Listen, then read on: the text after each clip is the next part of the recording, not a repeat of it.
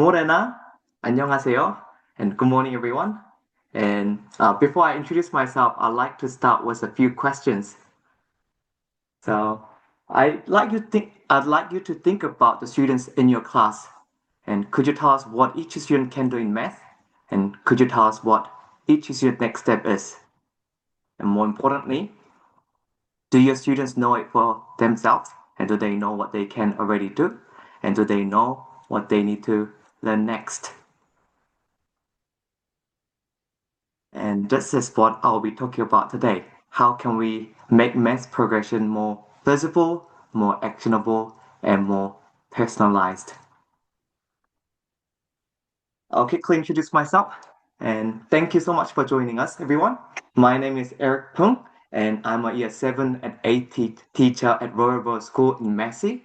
And last year, I was honored to receive the Kalman Teacher Excellence Prize, and I'm also the founder of math platform called Solveitmaths.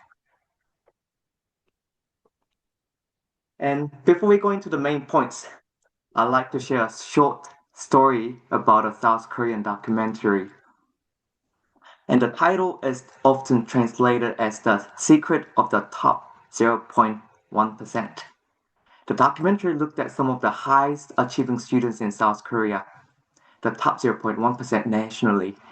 And to put it in a New Zealand context, imagine students performing at very top across the whole country, not just in the classroom or at school, just across the whole country.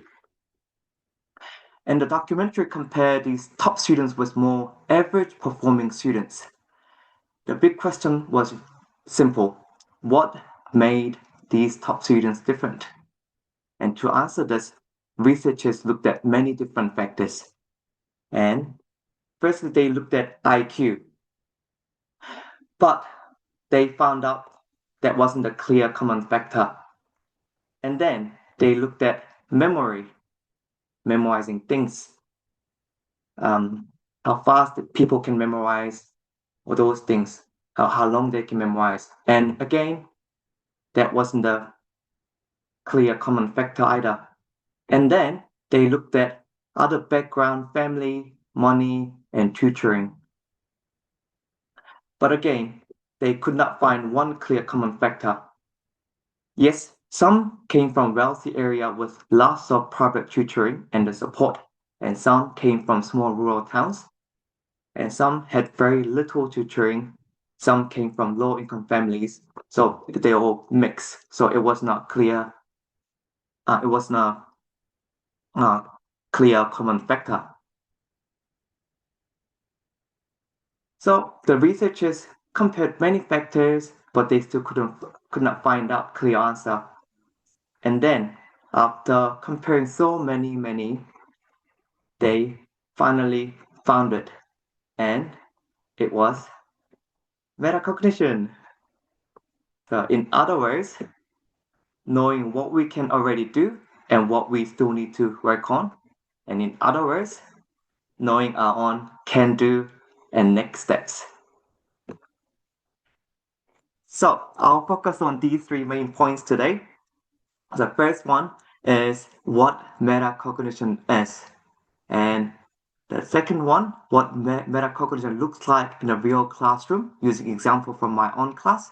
And then lastly, how math platform Solveitmaths can help you identify students can do the next step more effectively. So first, what is metacognition? In simple words, metacognition means thinking about our own thinking. So in math, it means knowing three things. What do I understand? And what am I not sure about yet? And what should I do next? So metacognition is not just about getting the right answer. It is about knowing how confident we are, where we are stuck, and what our next learning step could be.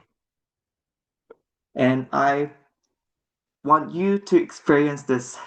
So we'll do a quick activity together. I'm going to show you some math questions, and before you solve it, rate your confidence from 1 to 5. 1 means I have no idea, and then 5 means like you're really confident.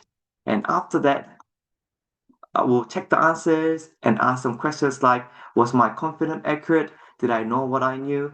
Did I know what I was not sure about? So if you have a pen or pencil, that will be helpful. If you don't have it, that's fine. You can try. I'll show you the question first. This is the question.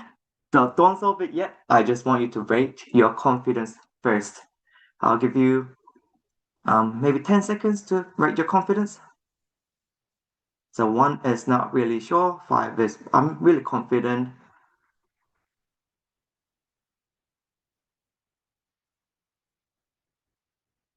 And then you can, after giving yourself the rate, you can solve the problem.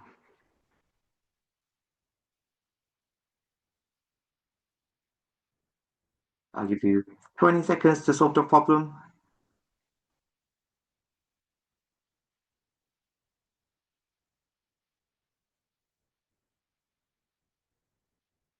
And then we'll know the answers now. We'll check the answers. So this is the answer. So you need to 3/4 divided by 1/2. And then you need to change the times.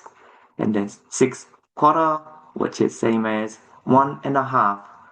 Okay, so give yourself big bucky if you got it right. But it's not just about getting the right answer. It's about was my confidence accurate? And did I know what I knew? And did I know what I was not sure about? And was it accurate? Thumbs up if your one was accurate. Thumbs yes, that's good. Awesome, thank you. And then let's try one more. Next problem. So, 3/5 of the books on a shelf are fiction books. There are 18 fiction books. How many books are there altogether? This is a bit more complicated problem. And we usually see this kind of problem, I think, when we did gloss test, Black Swan problem. This same, similar to that one. So I want you to rate your confidence from 1 to 5. I'll give you 10 seconds to do that.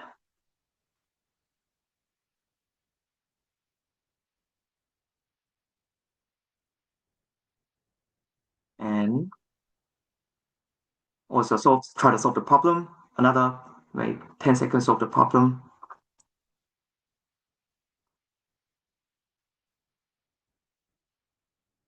And then I'll show you the answers. So 3/5 is 18 books, and then divide by 3 to find out 1/5 of that, which is 6 books. And so we can find out 5/5 the whole, okay, which is 30 books, and the answer is 30 books. And again, I want you to ask, was your confidence accurate? And did you know what you knew? And did you know what you was not sure about? If your rate was accurate and if you got the right answer, that means you have a good metacognition. If it was a little bit far, if you got it right, and if you were not really confident, maybe you need metacognition might be something you can work on. And so this is a small example of metacognition. The important part was not only whether we got the right answer, the important part was did our confidence match our understanding? Did we know? Like it's about knowing our own knowledge. Okay, this is what we want our students to develop with math, not just did I get it right? Because children often come and ask us, did I get it right, Mr. Poong? Did I get it right?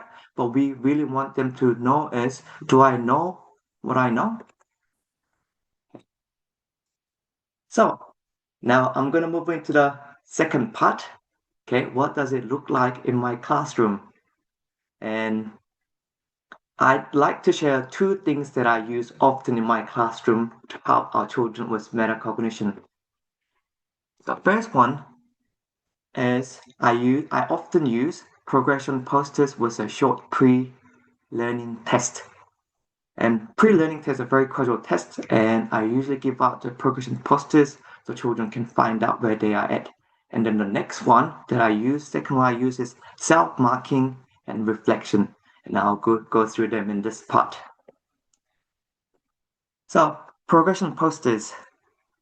Before I start a new math topic, so this term, the main focus for this term with my class has been measurement, and then we focus on length. So I showed my students a progression poster, the length poster. You can see the picture there.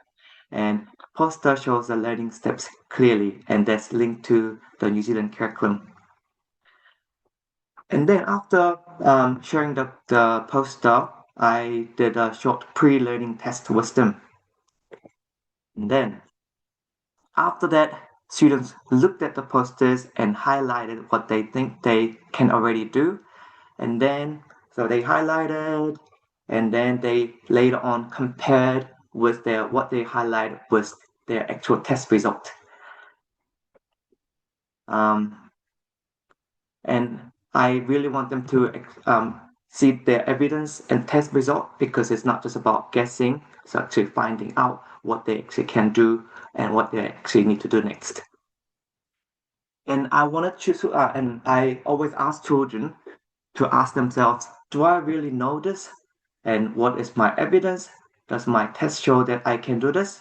And as we continue learning the topic, students keep adding to their highlight, adding the highlight on the poster. So their learning become more visible, where so they can see where they started, and they can see what they learned, and they can see their progress. And also they can still find out what they need to work on next. So I've made some progression posters, and it is aligned with the new New Zealand math curriculum. And I'll give you about 2 minutes to look at some of the posters on the Solveitmaths website. And there are number structure phase 1, 2, 3, and measurement length posters. And I'm still working on more posters, so you will be able to see those one. And as you look at them, I want you to think about how could this help my students do their own can do and next step. And we'll share the link, the poster link on the chat, so you can have a look. It's in the chat, Eric. Oh yeah. And I'll give you 2 minutes to go through them, and we'll come back in 2 minutes.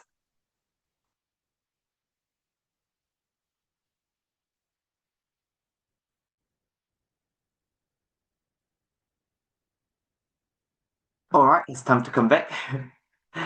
And how did you find them? Did you find them helpful? I hope you found them helpful. And it's time to move on to the next one, which was self-marking and reflection. The second thing I do often is helping students mark and reflect on their own work. At first, this can be challenging.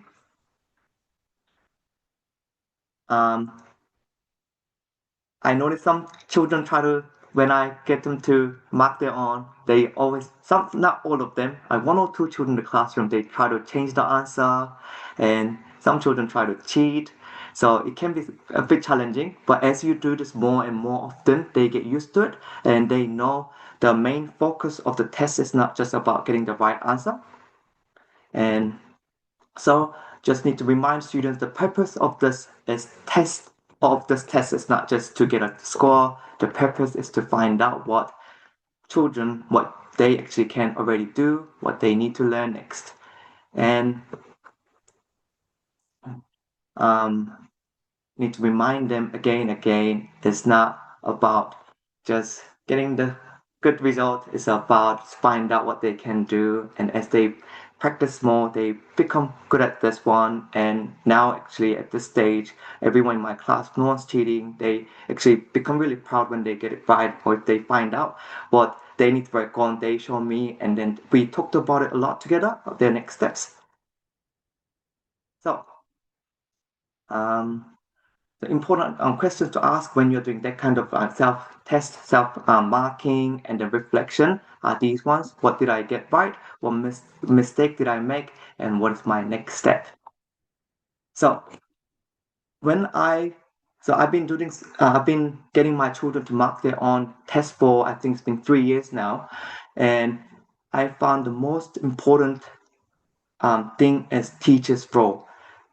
We have to create the safe but still challenging environment, because if it's not safe, children, they start compare their result with others, but we don't really want that to happen. But because we want our children to just focus on themselves and achieving celebrate their own achievements. So as soon as you create that safe environment, actually children, they are starting to help each other create this safe environment themselves. So remind them and talk to them about that we move forward together, we help each other, challenge each other, and achieve together.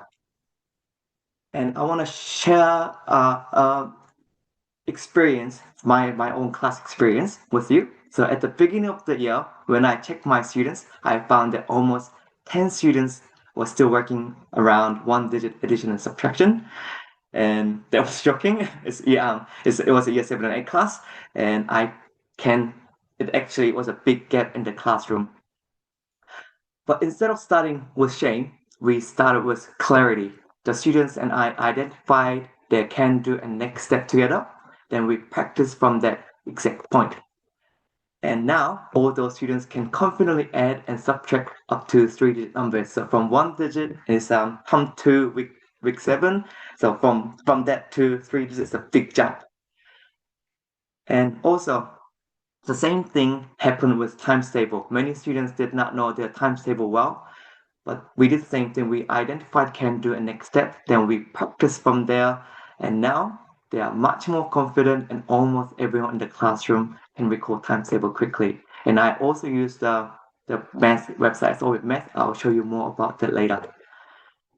And I found that the biggest benefit from this is their their behavior, because children are working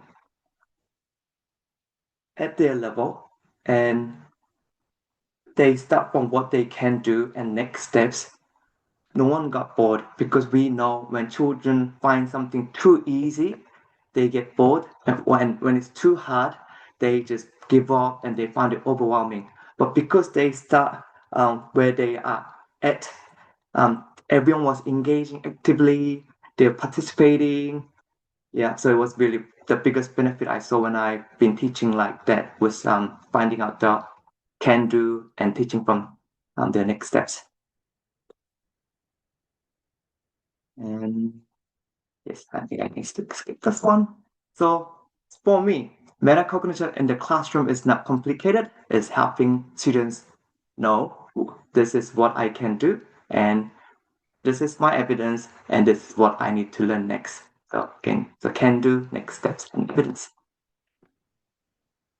So to sum up the key takeaways from this section, using the progression process and doing a short pre-learning test, and then getting students to mark and reflect on their own work, and then start from what students can do and helping them with their next steps. If you would like to know more about the full maths program I use in my class, feel free to email me later. I'm happy to share that with you. Eric, there's a question in the chat about the Oh, posters. It says, Simone says, great posters. Are these posters that you print and display, or do Akonga keep in their books? oh So yeah, that's a good question. Thank you. So I display them on the wall. At the same time, I print them out and then I give them to students so they can check um, regularly too. So the one that on the wall for the whole class and for me, and one that I print out is for the children to find out what they can do and highlight their can do's and highlight what things they learn and write like note down. amazing. Thank you so much. Thank you. And I'll move on to our last part. I'll share how Solveitmaths can help us identify students can do and next steps more effectively. And the keyword, so when I started building this platform, one of the keywords in my mind was metacognition. I wanted to create a tool that helps both students and teachers see learning more clearly. And not just scores clear learning information for both students and teachers. There are many tools inside Solveitmaths, but today I'll just show you one main feature and my favorite feature called Level Up. And Level Up helps students practice at their own level. And I'll quickly show you a demo video. so you can have a better idea of what it is. And after the demo video, I'll give you a test account, the student's account, so you can go through different features and try it a little bit. So I'll click share the video first. Hello everyone, let me walk you through Level Get loud Up, in. how students master the 4 operations on Solveitmaths. Here's how it works. 1. A placement test finds each student's right starting point. 2. They practice inside their stage, with lesson videos when they get stuck. 3. Once a stage is mastered, they retest to climb. 4. Every time they come back, spaced revision pops up first. A quick refresher on a few levels they've already mastered, so earlier skills don't fade and nothing slips through the cracks. Let's dive in. From the student dashboard, the student taps Level Up to get started. They see 4 operations: addition, subtraction, multiplication, and division. Each one has its own progress, and the student picks where to start. First time in, a quick placement test figures out where they are. The goal isn't about getting a good grade, it's about finding their right starting point. Questions start easy and step up, 5 questions per level. If a student nails a level, we climb. If they miss too many, that's where they need to learn. Pass a stage, they get a celebration and climb to the next one. Miss a few? No worries, we drop them at the perfect spot to start practicing. Each operation has 5 stages, all in the same shape. Stage 1 is 1 digit, Stage 2 is 2 digit, Stage 3 is 3 digit, Stage 4 is 4 digit, and Stage 5 brings in decimals. Every operation, same 5 stages. Once placed, the student practices inside their stage. 9 levels, each with a streak counter. 5 correct in a row, and the level is Can Do. Stuck on a tricky one. They can tap Watch Lesson video for a short teaching clip, so students stay self-active learners. Inside a level, questions come one at a time. Each correct answer builds the streak, and 5 in a row means the level's mastered. All 9 levels mastered? The stage cleared celebration pops up, and the student heads back to the top of the stage for a retest. The retest runs the placement test again, but starting from this stage. Pass cleanly, and they climb into the next stage to keep going. Every day the student comes back. Spaced revision runs first, a quick check on a few levels they've already mastered. It keeps earlier skills sharp, so nothing slips through the cracks. Once a student finishes all 5 stages, that's 45 levels, they've mastered the whole operation. Then on to the next one, subtraction, multiplication, division. Same loop all the way through. That's Level Up. Solveitmaths. Make maths fun and easy. That was the Level Up, and I want you to try as a student. So we'll add a link on the chat, and you can click login. It's on the right corner, and then you can click student login, and then you can try the username test.123 and then password het731. And I'll give you 5 minutes to try it. Try Level Up first, and there are other things. If you have some extra time to explore other things, try those ones too. And we'll come back in 5 minutes. If it doesn't work, please let us know or write on the chat so I can help you with that. Can you run through those instructions again, Eric? The instruction, maybe I can show you my screen. So this is the website. And on the right corner, there's login. And then you can do a student login, sign up with Solveitmaths account. Click that one. And then you can use the username and the password to go into student dashboard. And student dashboard will look like it's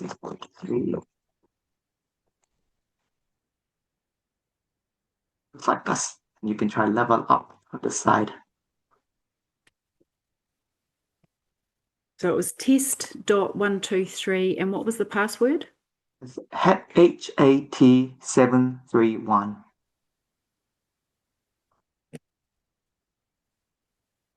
Okay, thank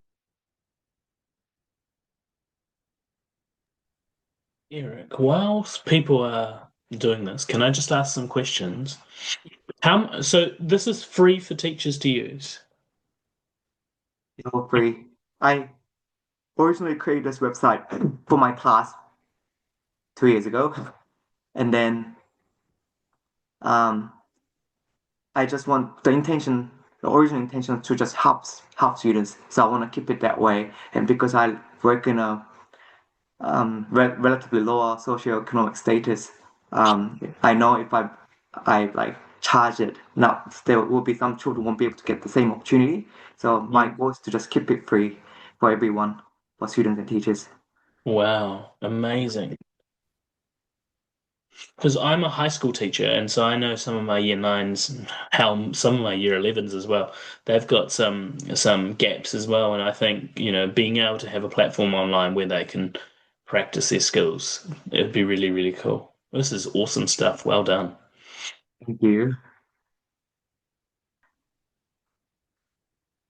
So, Eric, is the plan to sort of just keep building and add more and more of the curriculum onto here? Yeah, that's the plan. Okay, outstanding. And you started with number because that's a really good place to start, and then we've got measurement happening as well, I see. Yeah. Brilliant. I've signed up, by the way. Oh yeah. Thank you. Yes. And there are also some like level up is more like children um oriented. The mm, children can actively find out what they are at. And there are mm, also tools for teachers on the right corner. You can find teacher tools and you can assign different tests in different curriculum area too. yeah, And very. there's a math project, which is more like a real life math um, project. And I made two and um, added it on the website too. And my plan is to add more of those projects as well. Awesome. Mm. Yeah. Sue's got a comment in here. Yes. Thanks. This helps with reducing code. Yeah. Oh, thank you so much for all those good feedback. And one thing I noticed with my children is that because they can see their progress straight away, they really love doing math. And because those children who I said like, oh, math is too hard, I don't like math, those children usually say those things because it's not because they don't like math, because they just find math too overwhelming with too many things, but because it takes them step by step and they can see their progress, they actually now come back and they tell me that they love math now. And then some children, they stay during playtime as well. So I actually had to tell them, like, go enjoy your play and have some break. Yeah. All right. I'll move on to the next one. So this is just one of many features in Solveitmaths Math. There are also formative assessment, progress tracking, real world math project, and also I love times table feature in there. And try the times table feature because my students, they love it. And if you like to learn more about it, just please feel free to talk to me later or email me. My email is in the website too, so you can email me through that. And before I finish, I want to go back to the questions I asked at the beginning. Could you tell us what each student can do and each student's next step? And more importantly, do your students know this for themselves? And I believe this is possible, and it happens when learning is visible, it happens when assessment guides the next step, and it happens when students understand their own learning, and it happens when the classroom is safe but still challenging. And I'd like to finish the presentation by sharing my mission: empowering every child with personalized, top quality education. And the Solveitmaths is one of those things that I do to achieve my mission. And I believe every child deserves personalized, top quality education, regardless of their background, ability, or starting point. And I'd like to invite you to be part of this mission. And thank you so much for listening.